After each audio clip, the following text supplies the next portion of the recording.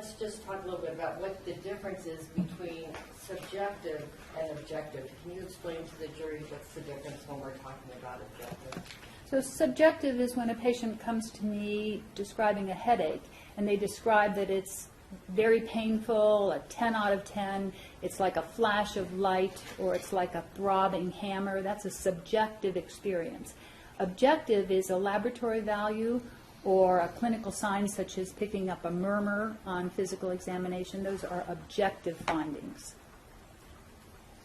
So if you look at the pulse ox recordings on page 6,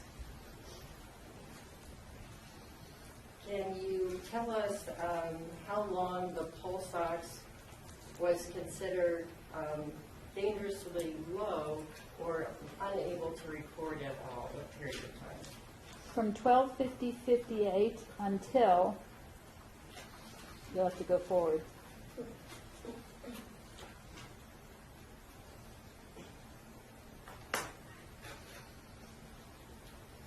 (1:05:15) when it's 100%. And at some point in time, well, at 12:58:47, what's the O2 stat level, 12:58:47? 45%.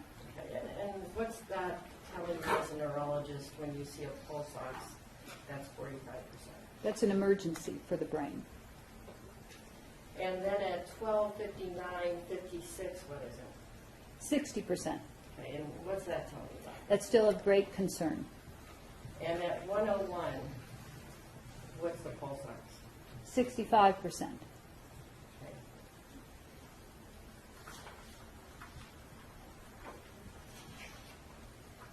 So there was no recordable pulse ox, doctor, would that be for about 7 minutes?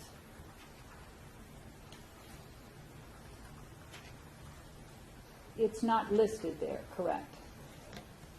And then for for how long of a period of time was it considered severely low or emergency? From 85% until the time that it was brought up to 100%.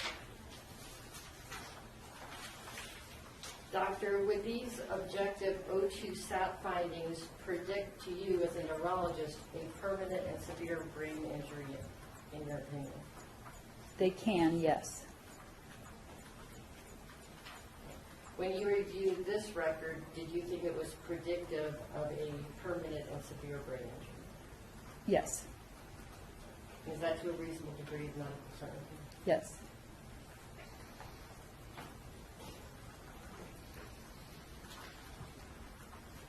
Okay. If you would please put up page 8 of the same exhibit.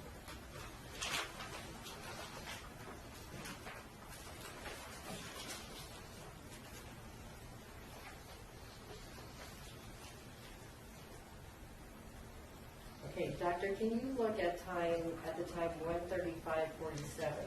Yes. And do you see an ABG result? Yes. Okay, and can you explain to the jury what an ABG is? So this is a measurement taken from the arterial blood, not the venous blood. When you go to get a blood test, you're testing your venous blood. An arterial blood is done usually from the radial artery in the wrist, but can be done from the femoral artery as well. So it's arterial blood. It's well oxygenated after the blood has passed through the lungs. It tells us not only the oxygenation state of the patient, which it was adequate at 406, that was the number, but it also tells us whether or not the patient's tissues have been injured by lack of oxygen, because then the patient will be acidotic. And the key number there is the pH. The pH is 7.3, which indicates acidosis. Doctor, what does it mean to be acidotic? What does that mean? That means that your tissues haven't received the blood flow they need. And by tissues, I mean not just the heart and brain, but all your organs, the liver, the spleen, your GI tract, your kidneys. So when these organs, all the tissues of your body, don't receive oxygen and nutrients, lactic acid is produced.